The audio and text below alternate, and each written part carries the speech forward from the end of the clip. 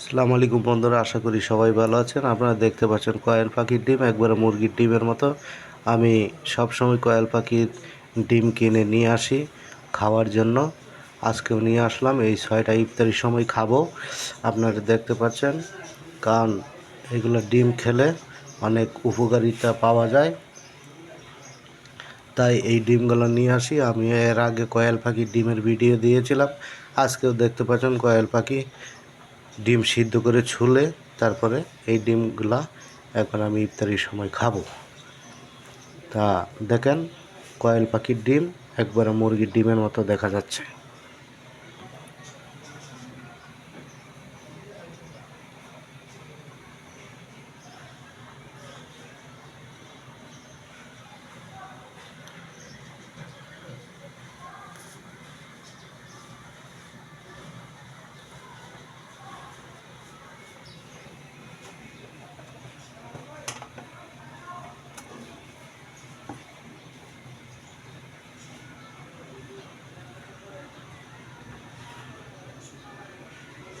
আবার কেউ মনে করবেন না সাপের ডিম, এটি কিন্তু কয়েল পাখির ডিম।